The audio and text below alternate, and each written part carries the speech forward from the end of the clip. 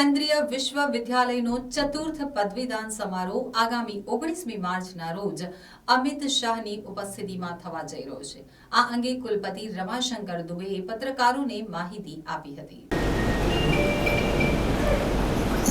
यह हमारे लिए बहुत हर्ष का विषय है कि गुजरात केंद्रीय विश्वविद्यालय का चौथा दीक्षांत समारोह आगामी 19 मार्च को 5 बजे होने जा रहा है। इस समारोह में हमारे मुख्य अतिथि भारत सरकार के माननीय गृह एवं सहकारिता मंत्री श्री अमित शाह जी होंगे और इस समारोह की अध्यक्षता हमारे विश्वविद्यालय के चांसलर माननीय डॉक्टर हसमुख अढ़िया जी करेंगे।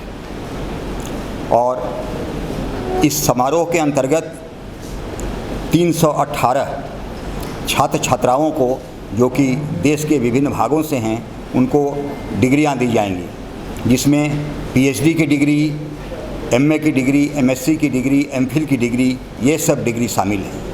इसके अतिरिक्त 23 छात्र छात्राओं को मेडल प्रदान किया जाएगा।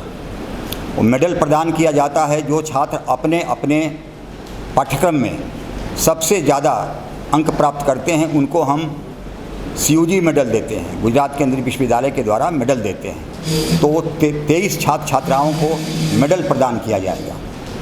और इसमें जो भी छात्र छात्राएं आएंगे जिनको डिग्री दी जाएगी, उनके पेरेंट्स भी आएंगे, गार्जियन उनके। इसके साथ साथ हमारे विश्वविद्यालय के सभी शिक्षकगण रहेंगे, छात्रगण रहेंगे और जितने हमारे गुजरात से या देश के अन्य भागों से हमारे जो एग्जीक्यूटिव काउंसिल जो कि हमारी कार्यकारिणी परिषद है उसके माननीय सदस्य लोग रहेंगे, हमारी जो एकेडमिक काउंसिल है अकादमिक परिषद उसके माननीय सदस्यगण रहेंगे। इसके अतिरिक्त गुजरात और अन्य भागों से जिसको हमने आमंत्रित किया है वो लोग रहेंगे। और हमारे विशिष्ट अतिथि के तौर पर गुजरात के शिक्षा मंत्री जी माननीय ऋषिकेश पटेल जी रहेंगे। ये गणमान्य लोग हमारे समारोह के दौरान उपस्थित रहेंगे। आपको मैं बताना चाहता हूँ कि गुजरात केंद्रीय विश्वविद्यालय पिछले लगभग 13-14 वर्षों से विश्वविद्यालय चल रहा है। इसकी स्थापना 2009 में भारत सरकार के द्वारा पार्लियामेंट एक्ट के द्वारा की गई थी। अब तक इस विश्वविद्यालय का कोई परमानेंट अस्थायी भवन नहीं था। तो विगत वर्ष में 18 जून को देश के यशस्वी माननीय प्रधानमंत्री जी ने खुद शिलान्यास किया परमानेंट कैंपस के लिए। बड़ौदा के पास कुंडेला गांव है, वहीं पर 100 एकड़ की भूमि के ऊपर इसका शिलान्यास किया।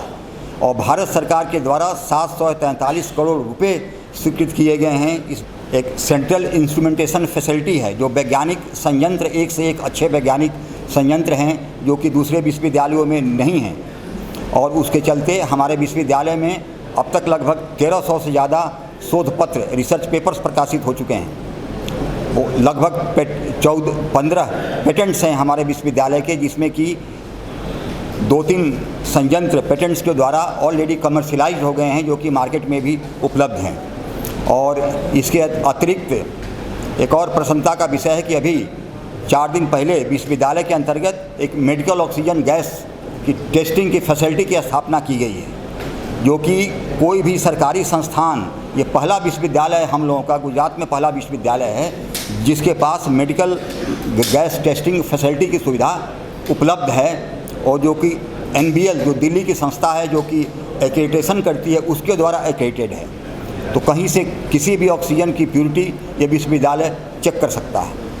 और इसके साथ साथ बहुत सारे सांस्कृतिक कार्यक्रम, बहुत सारे सेमिनार, संगोष्ठियों का आयोजन विश्वविद्यालय के द्वारा किया गया है।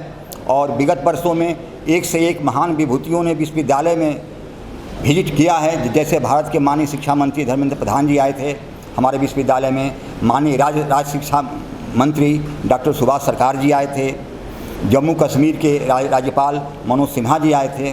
तो इस प्रकार अनेक संगोष्ठियों का, राष्ट्रीय अंतर्राष्ट्रीय संगोष्ठियों का आयोजन विश्वविद्यालय में लगातार किया जा रहा है। और विश्वविद्यालय के अंतर्गत जैसा कि नेशनल एजुकेशन पॉलिसी 2020 है, उसके आधार पर बहुत सारे मल्टीडिसिप्लिनरी एजुकेशन वाले कोर्सेज हमारे यहाँ प्रारंभ किए गए हैं।